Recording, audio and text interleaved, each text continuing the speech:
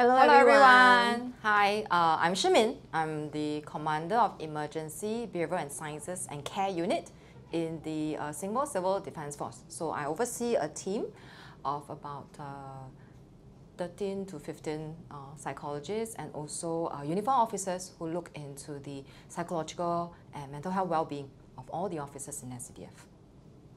And my name is Eunice. I'm a principal psychologist with the Home Team Behavioral Sciences Centre, overseeing the branch that looks at operations and leadership psychology. We're here today to share with you more about IO psychology in the home team context. Okay, so today we'll be answering some true-false questions about IO psychology in the home team. So let's see the first question. Okay, so IO psychology work is the same as HR, true or false? False. False. Yeah. So I think in the home team, we work very closely with our HR colleagues. A lot of times in areas of people assessment or people development. So for instance, in people assessment, say when recruiting people, promoting people, or selecting people as leaders, a lot of times they will actually come to us, and what we value add is actually in terms of, say, for instance, administering certain tests on qualities, characteristics, values, or even attitudes that they may be interested in. Okay, and then what we do is that we actually find appropriate tests or appropriate methodology to help them assess for these areas, and then they will then take that and help in their assessment process in selecting the right people for the job. And then I think the second area is actually in terms of people development. So in people development, a lot of times we may actually work with them very closely to understand what they want to actually impart in, for instance, the leaders or the talent pool that they have. Okay, so maybe Eunice, you want to share an example? Yep, so I think for us, psychologists may come in to help with some of the development work for our leaders and talent in the organization. So, for example, we may do psychological debriefs in terms of giving feedback based on psychological tests, say personality or stress coping kind of strategies. So we'll walk through with our leaders on these profiles and also have a conversation with them how this ties in their work behaviors and how they could enhance these behaviors further, for them to be effective at work. Yeah. Okay, so the next question is, IO psychology work is desk bound, true or false? Nah, definitely Nope. false. I did walk around for my lunch today. What did she say? But still, no, we're not desk bound at all. We talk to people, we interview people a lot, and what happens is we run assessment centers. So when we run assessment centers, we are literally running around, okay, across the different sites and exercises, and we do a lot of training. So we walk around, we talk to people, we share, we do sharing, So a lot of times, no, we are not at our desk. So if you send us emails, nah, we're not going to reply instantaneously. Sorry. So a lot of my work involves training leaders as well. So that means I have to go down to the workshops to actually conduct it face to face. And I think that's part of the exciting part of the work because you get to meet different leaders of different levels from the organization. Yeah, so you also get to hear experiences. So I think these are the parts that take us away from our desk, which are pretty fun. The question is, IO psychology work is not as exciting as the other fields, such as forensic or clinical psychology? True or false?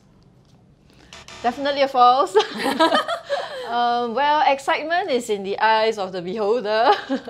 So I think people working in this field, we have our own way of seeing interest and excitement from the work. Yeah, so I think actually a lot of times, right, I think for psychologists, when we join as psychologists, we don't naturally gravitate towards IO psychology. People tend to think that, oh, clinical sites are more exciting, forensic side is more exciting, but actually usually we are able to attract people over time, okay, and I think what interests us, of the work, right, is actually a lot of times you actually are going beyond the individual. So if you do certain case or if you do certain counseling, for instance, it's very individual based, and you're trying to tackle problems, of what that situation is presenting. But I think for our psychology, it's a bit different. We tend to be a bit broader we still do, work at the individual level, but it's for the purpose of the whole organization or for the whole team, in that sense. So in that sense, we are hoping, say for instance, to make sure that we select the right workforce for the whole organization. We're trying to develop the whole leadership team for the organization. And so in that sense, our work is much more beyond the individual. And at the same time, what we are trying to do, it may be more positively framed. A lot of times we like to see what is this ideal state that we are looking for, and therefore then we'll maybe work out certain things, or certain projects, to make sure that we actually reach what we want to achieve for the organization. I believe we've come to the end of the true-false questions, and we have a couple more questions to answer for the last part of this session. Okay, so what is the biggest challenge that we've encountered as an IO psychologist? I would say for me, a pretty common challenge that I have seen across the years that I've worked so far is really about balancing rigor with the organizational needs. So what I mean by that, for example, we do want to ensure that a program or exercises that we develop and design are of a good standard. They are relevant, they are suited for the needs. So we do want to spend time validating or ensuring that the accuracy is there, making sure that the details actually suit the needs of the program. Yeah, but of course we do not have all the time in the world. Yeah, so there's a certain timeline to follow. So we do have to ensure that we deliver within the timeline. So we have to balance the rigor versus the needs and the timeline.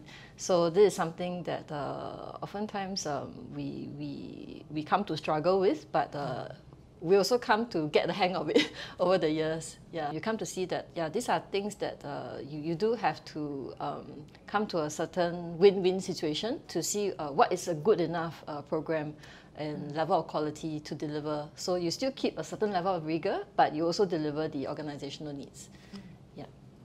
So what is the greatest joy from being an IO psychologist?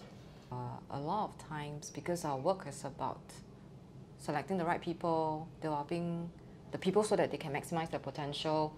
So maybe one of the biggest joy is actually seeing the right people progressing to leadership positions within an organization, where they can actually make decisions, good decisions, on behalf of the organization, such that the organization can be more forward-looking, and they can actually help to put in policies or practices that helps to engage people, that is beneficial for the welfare of the people. And you can see that as a whole, the organization is actually progressing. So I think actually that's something that I find joy in. Yeah, so that's one area. And I think on a more personal level, what I also find joy in is actually growing IO psychology in the home team. So when I first joined many years ago, I think we're very small. Okay, so the group as a whole is very small, and over time we have developed, and I think IO psychology has grown to be an area that's also quite important, fairly important in the home team. So we do have our work cut out in terms of helping the organization in terms of the people selection, the people development, and also the organization development. So I feel that over time, maybe in a small way, I have contributed to identifying certain individuals, the psychologists, and grooming them and helping everyone to grow as a part of the bigger family. Yeah. All right, so we've come to the end of this session. True? Yes. Yes. And hope you've enjoyed learning a little bit more about IO psychology work in the home team. Okay, so if you want to find out more about what we do as psychologists in the home team, stay tuned for InPsych Out. Bye.